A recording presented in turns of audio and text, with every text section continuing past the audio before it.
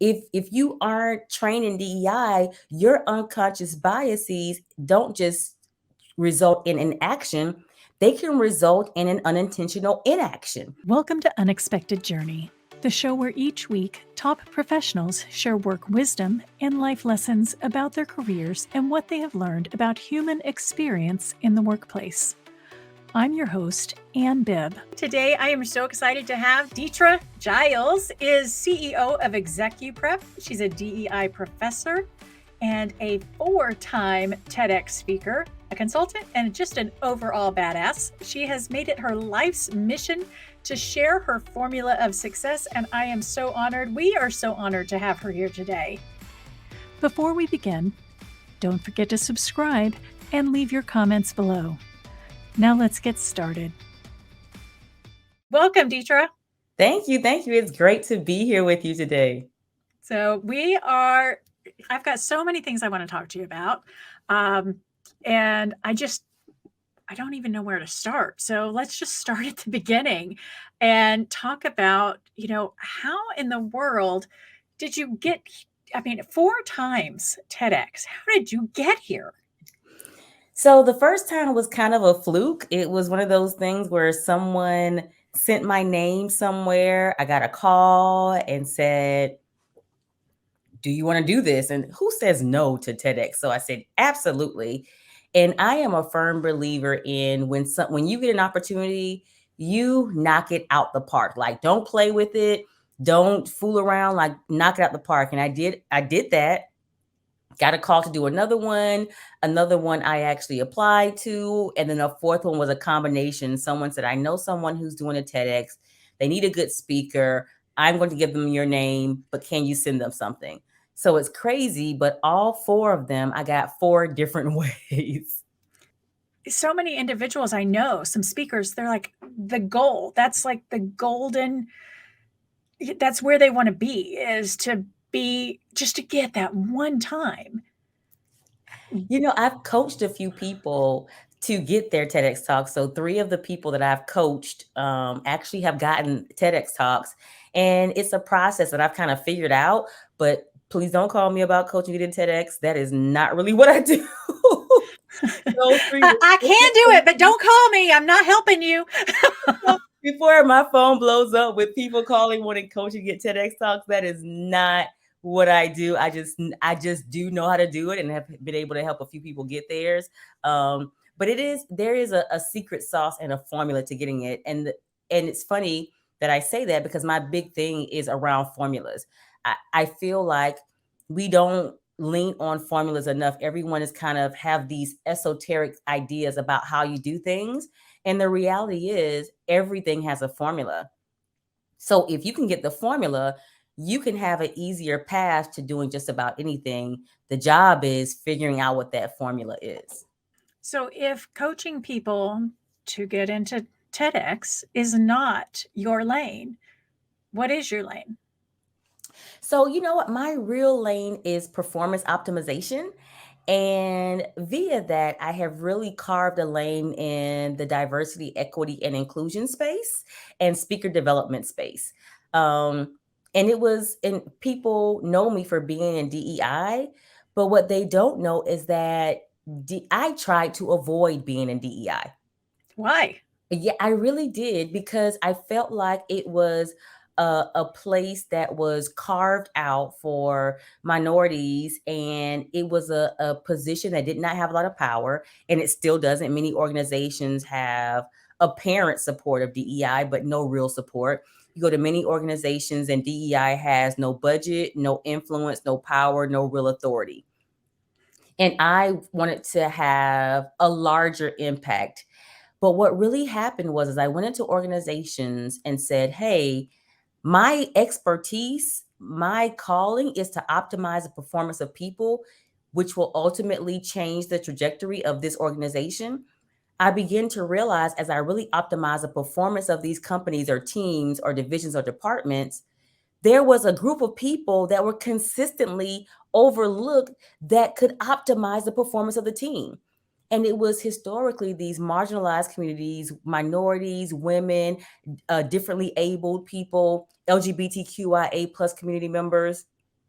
And I started saying, how can I honestly go into organizations with integrity and say, I'm optimizing your performance without pointing out that they are consistently overlooking this group of people that really should be optimized and can change how this organization works. And so I couldn't, with integrity, continue to say, I optimize the performance of companies without really going head on with DEI. You mentioned a couple of things there, and I want to tug at a few of them. One of them is about the actual leadership in DEI. And why do you think it is that there aren't more minority leaders that are over DEI in organizations? Because I see a lot of white men, a lot of white women that are the head of DEI. It's mainly because people only appreciate diversity that they're comfortable with. And we will often have these statements about diversity and all these other things, but we really only want comfortable diversity. And so let's say, for example, if a white man's leading an organization, diversity would include white women. But who is he probably most comfortable with? His mom's probably a white woman. His wife, if he's married to a woman, is probably a white woman. His daughter's a white woman. His grandma, auntie, every person that he's surrounded by that happens to be female or identifies as female is probably a white woman. And so that's a comfortable diversity for him. So if we got to do this thing, I want to make it comfortable for me. We aren't comfortable getting outside of that comfort zone. And people of color would be outside of that comfort zone. And so I've checked the box. I have a diverse candidate. Not like me, it's a woman. I have a diverse candidate, not like me. You know what? He may be an LGBTQIA plus member, but he's a white man. So that makes me a little bit more comfortable. And so we have to be mindful that diversity is about getting out of our comfort zone. And why you see what you just said is because that's still a little bit of comfort. Do you think that's why it's so hard to get a DEI strategy in organizations? Absolutely. And part of it is you recognize where the real DEI concerned organizations are versus those that are not. I can walk into an organization and tell you if they really care about DEI or not based on whether they have a DEI strategy, based on who's leading DEI. Did you get someone who has a DEI background versus saying, oh, we got caught with our pants down. We need a chief diversity officer. Let's pick someone from a department and put them over DEI. And you gave them no education, no real support, didn't hire any consultants to come in and develop a strategy or get them trained up. You just pluck someone from somewhere, put them over DEI because they were a diverse candidate. It shows when organizations don't really care about DEI. And so when you walk in and say, what's your strategy? And they say things like, oh, you know what, we have unconscious bias training. And we celebrate Black History Month, Women's History Month, Latino History Month. We celebrate all the months and all the days. That sounds really good, but that's not a strategy. And it's not because they don't know what strategy is. They have a strategy for the company. They have a strategy for software implementation. They have a strategy for new accounting systems. But they forget what strategy is when it comes to diversity, equity, and inclusion. It speaks volumes. They held an unconscious bias training. But, oh, wait, let's not forget. They held an unconscious bias training. They have 20 different holidays and paid days off. But that's not inclusive. Mm-mm. And here, I'll give you one more that makes companies think they're inclusive. Guess what? We hired a chief diversity officer that, mind you, has no budget and does not report to someone that has the influence to change policy. We celebrate all of the holidays and the days of or months of whomever. And we also brought in unconscious bias. And Dethra, we're not like the other organizations because like, guess what else we have? We have ERGs, employee resource groups, where people can go and have these conversations and feel safe. And the reality is, those ERG conversations are nothing but conversations. There is no way for those conversations to translate into actions and policies within your organization. You have not created a mechanism to do that. And so, again, we're back at this is apparent care, not actual care. One of the things you said was the group creating the DEI strategy. I've seen this too, where a small group was selected because they were of the diverse category, essentially pulling together, picking the diverse individuals and saying, I need you to help us build a DEI strategy. And here's the problem, and that speaks volumes. And so many organizations do that. They will say, "Well, Dethra, we created a diversity council within our organization and brought all these diverse members together, and this is how we came up with this." And my statement is always, "Okay, that sounds wonderful. So, what training do these people have in one strategy development? When have they ever been a part of developing a strategic plan?" That's number one. Number two, what training have they had on diversity and diverse issues? Because when I go into an organization, I'm not just concerned from a DEI perspective about what happens with their Black women, heterosexual population. I'm concerned about, wait a minute, what's happening with your employees that are over 50? What's happening with your LGBTQIA plus? Why do you have this person on the third floor and you're not wheelchair accessible? Because I'm trained in DEI, I'm looking beyond just my dimension of diversity. And what they're assuming is because, oh, you have a dimension of diversity, that now makes you an expert in diversity. And it does not. If you aren't trained in DEI, your unconscious biases don't just result in an action, they can result in an unintentional inaction. Unintentional inaction. That, oh my gosh, say it louder for the people in the back, because Absolutely. Unintentional or inaction is just as bad as unconscious bias. Yeah, it can be just, and your unconscious bias can cause the unintentional inaction. Like recently I put up a post and people went crazy, but I talked about the oximeters that were used during COVID to measure the oxygenation levels in your blood, or oxygen saturation in your blood. And what a very, very recent study that came out showed was that they gave false readings for darker skin. So Black people, darker Latinos. I read that study. Yes. And so here's what that means. Remember back when COVID was happening, there was this mystery. Why is this virus having such a horrible impact on these Black communities? Why is this happening? Well, what they found out now is that the readings showed that the lungs were working better than they actually were. And so treatment that would have been given for lungs that were not working well weren't given because the meter showed that the lungs were working. People will say, how is that an unconscious bias? How does that relate to systemic or institutional racism? Well, here's the gotcha. Do you know how long we've known that lasers and light have a different refraction on darker skin?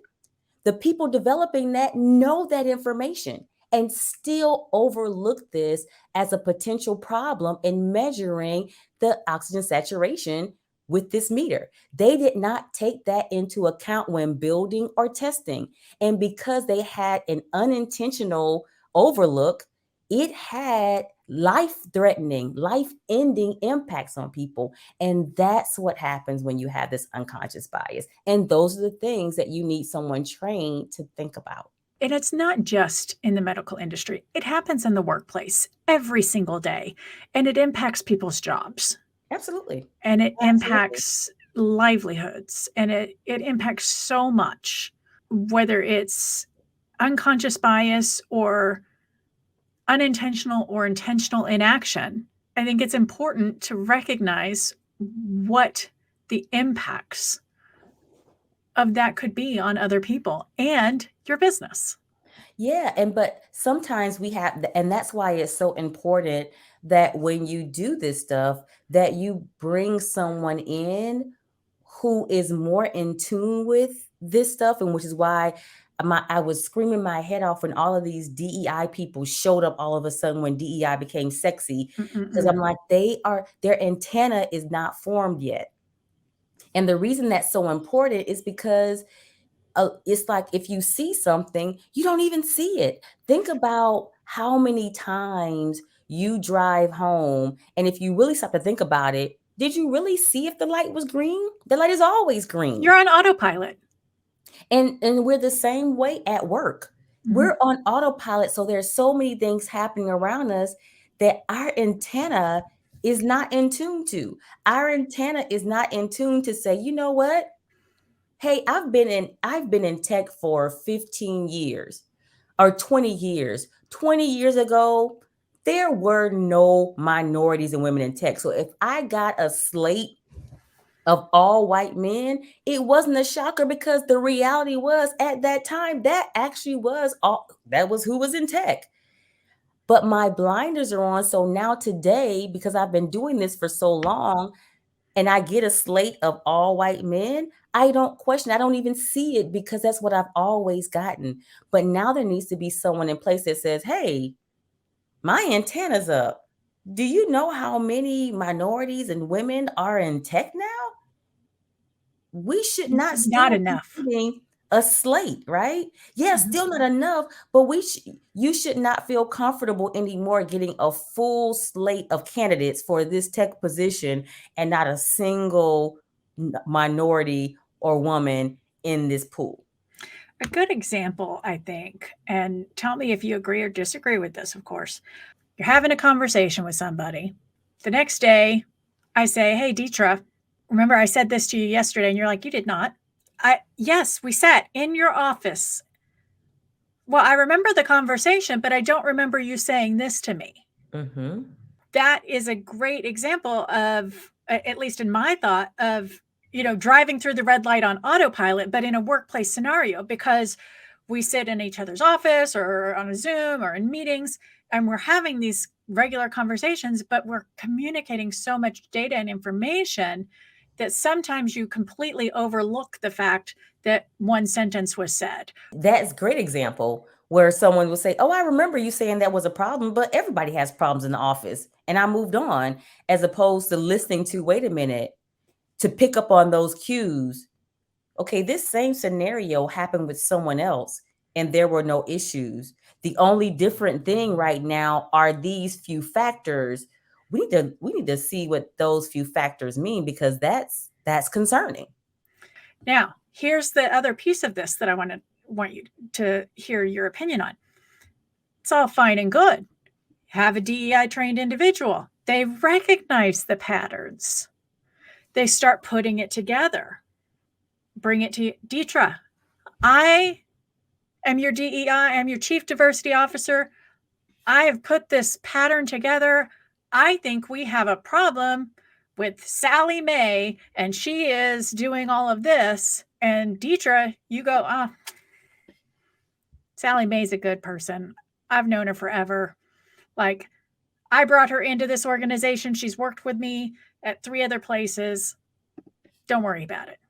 That happens way more than you know. And that's why I said it's so important that when you talk about being in DEI, there are organizations that I will not consult with. There are organizations that I will flat out turn down because I don't have an appreciation for apparent DEI. And it's things like that. Oh, well, everyone is touchable except this person. Either we are doing this or we are not. And I am not your consultant if we are not doing this. Or how about this one? Oh, but they are Oh, yeah. Oh, a diverse absolutely. individual. They're a minority, so So surely they they didn't mean couldn't. it. And the funny thing about that is, which is why I say it's so important that we have people who are truly trained in DEI, because there is hatred within groups all the time. There are people who are of a group but hate other members of that group. And so people act as if, oh my gosh, well, you know what? They're gay too. They could never. There are a bunch of gay people who don't like other gay people just because they're gay. There are a bunch of white people who don't like other white people just because they're white. There are a bunch of black people who don't like other black people just because they're black. There is hatred within groups all of the time. What does DEI actually, along those lines, right? Like, what does DEI actually include? And I love that question because people think DEI is only for one group. It's called diversity, not diversity for, and everyone is a member of that group. And so that's the diverse part. When we talk about inclusion, what we're saying is everyone voice needs to be included. And what people will say, well, what's going on with white men right now? Nothing. What we're trying to do is get the voices to the table that have historically not been at the Nothing. table. Right. No one is trying to exclude you. No one is trying to knock you off the face of the earth. No one is trying to get rid of white men's voices. What we're saying is historically, you have been the soloist in this, what should be a choir. And what we're now saying is, hey, come back here and join the choir. We don't want a soloist, we want a choir. And it feels uncomfortable for the person who's always had a solo to now be a part of the choir. And now you feel like you're putting me out the choir. No, actually, we're trying to make you a part of the choir. That is such an amazing analogy. I love it. What a beautiful way to help everybody understand that we are not trying to be excluding you. We actually want you to be part of the group. You have excluded yourself for so long, you don't recognize we're trying to pull you in, baby. Come on. But it's uncomfortable because here's the deal. Everyone loves having the solo. It feels good to be out front. It feels good to control the choir. It feels good to be the person that determines when we take it up an octave and when the song ends. Because I don't care what the choir director does. If that soloist keeps singing, we are all still singing. And it feels like you're taking something away when you say we want a choir and we don't want to be your backup anymore. That's very true. I understand that as well. Because everybody, I mean, thinking back to middle school, right? Everybody wanted to win the solo. Absolutely. Because you get to be the limelight. Everybody's looking at you. It's all about you.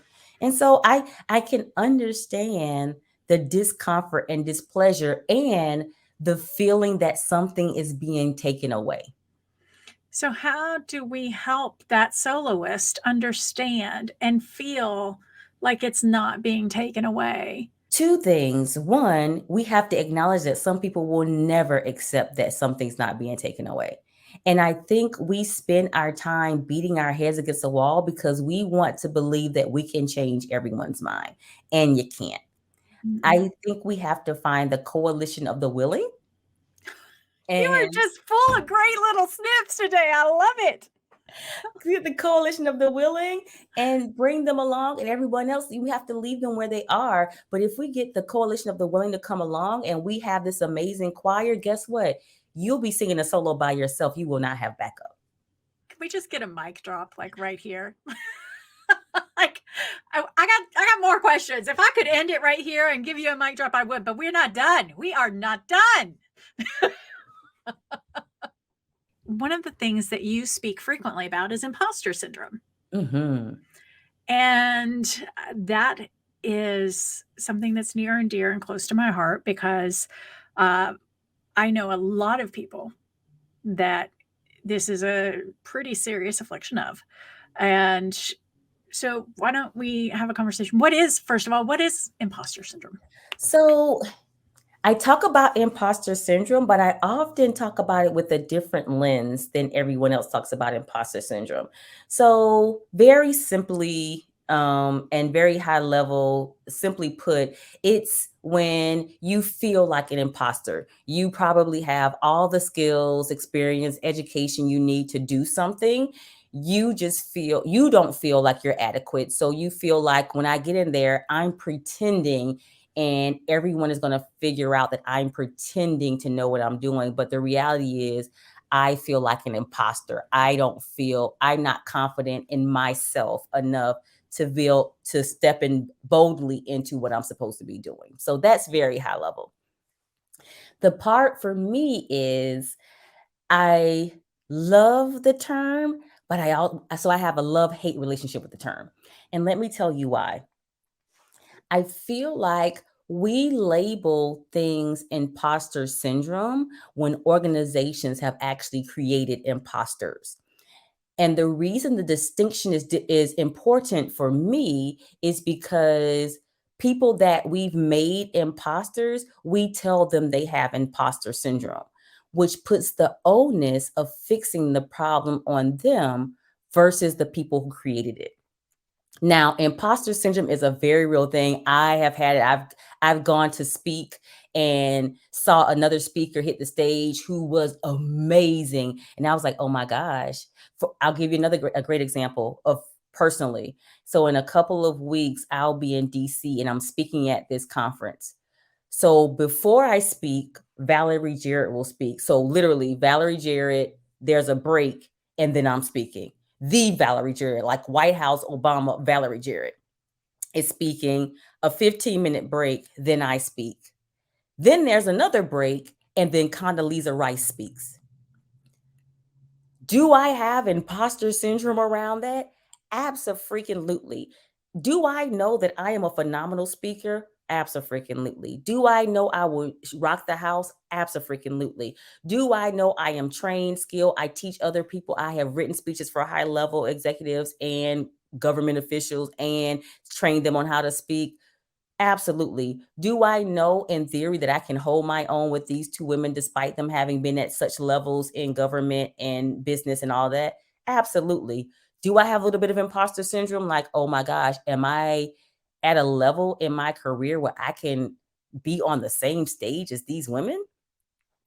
So, yes, I'm asking myself that question, but the reality is I'm not an imposter. So, that's imposter syndrome because I do have the skill set to be on the stage with them. So, that is imposter syndrome. Here's the flip side. The flip side would be Valerie Jarrett speaking before me, Condoleezza Rice speaking after me, but no one has ever put me on a big stage before. I've never spoken in front of a large audience. I don't have a refined topic. Now, I have a great speaking voice, but my skill and ability as a speaker has not been fine tuned. And then someone says, Dethra, we're going to have you speak in that slot. And when I say, am I enough to speak in that spot? They say, you have imposter syndrome. No, I don't. You've created an imposter and made the responsibility to fix it on me. So organizations do this all the time. They get caught with their pants down. Oh, we have no minorities or women in leadership. As soon as a position opens, oh, you know what? Anne has been doing this job for years. Promote her. Anne gets there and is like, wait a minute.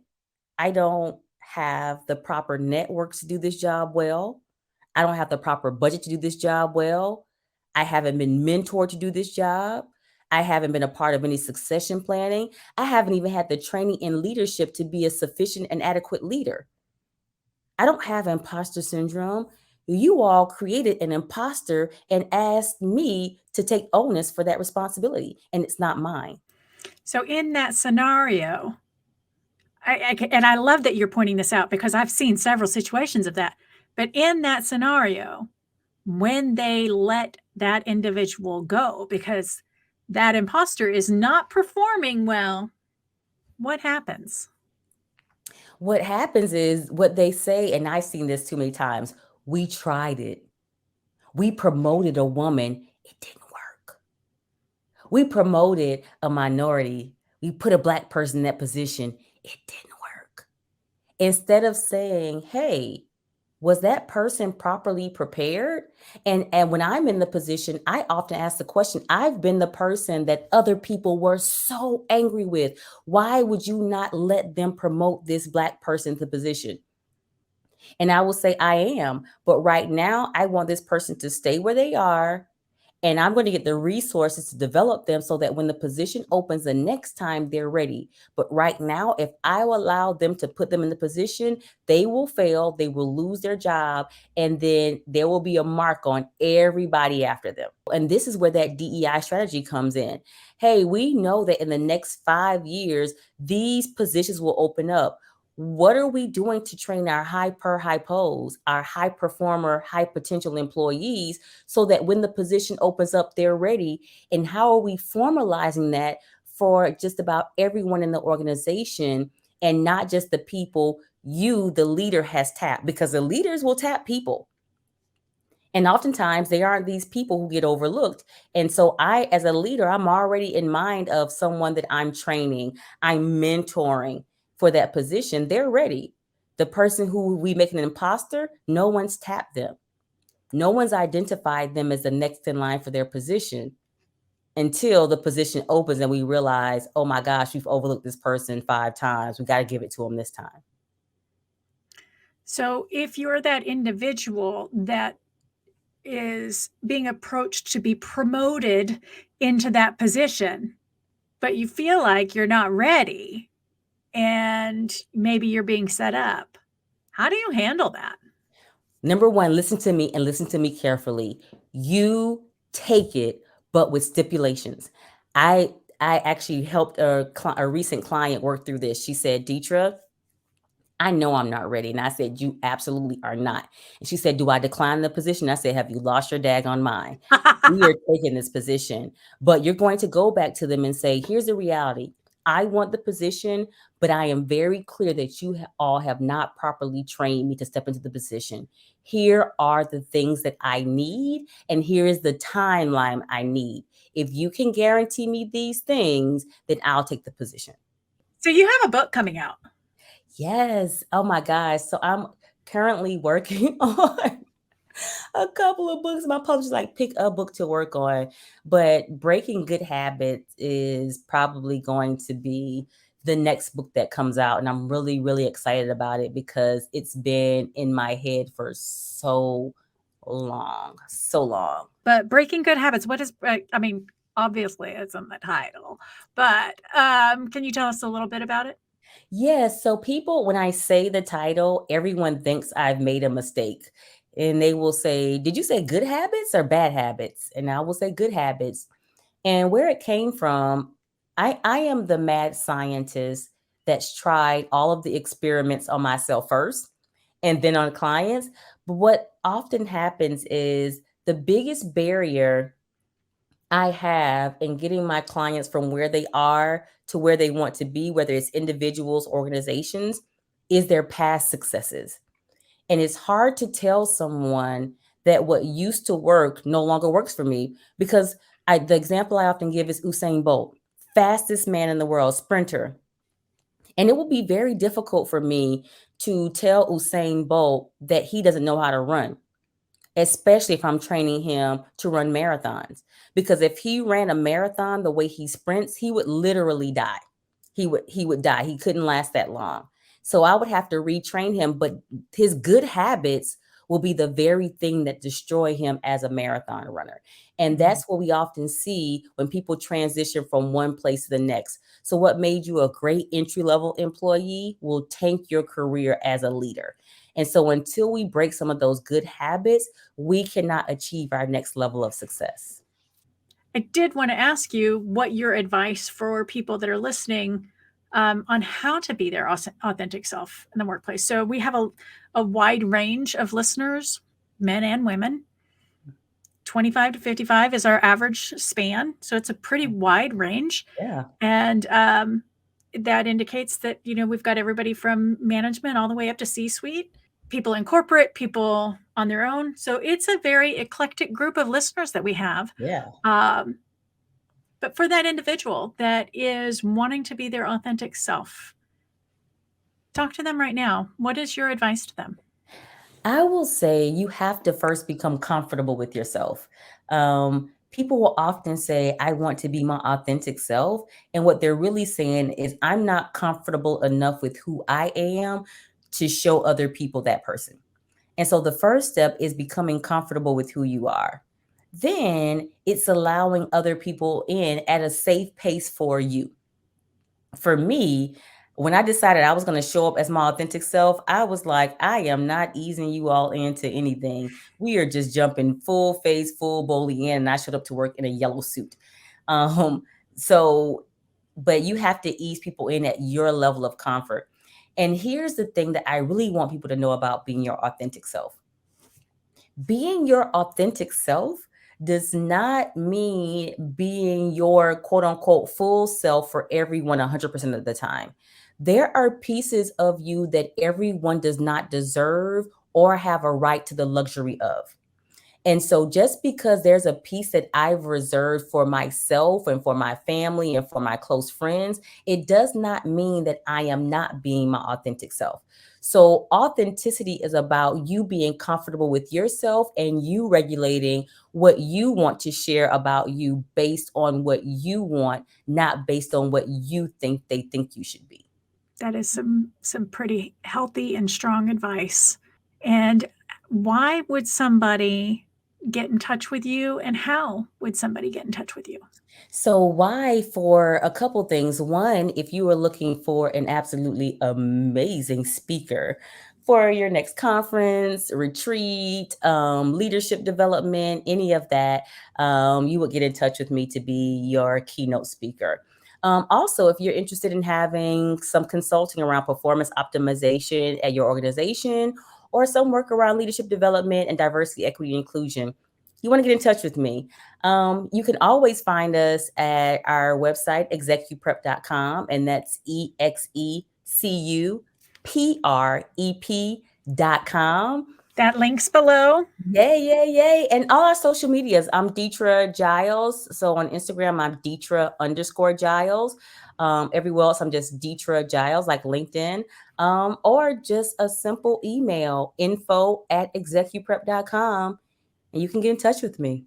And all those links, you saw them pop up on the screen, and they will be in the, at least those of you that are watching on YouTube. If you're just listening, you're out of luck, but we will be putting those in the description below.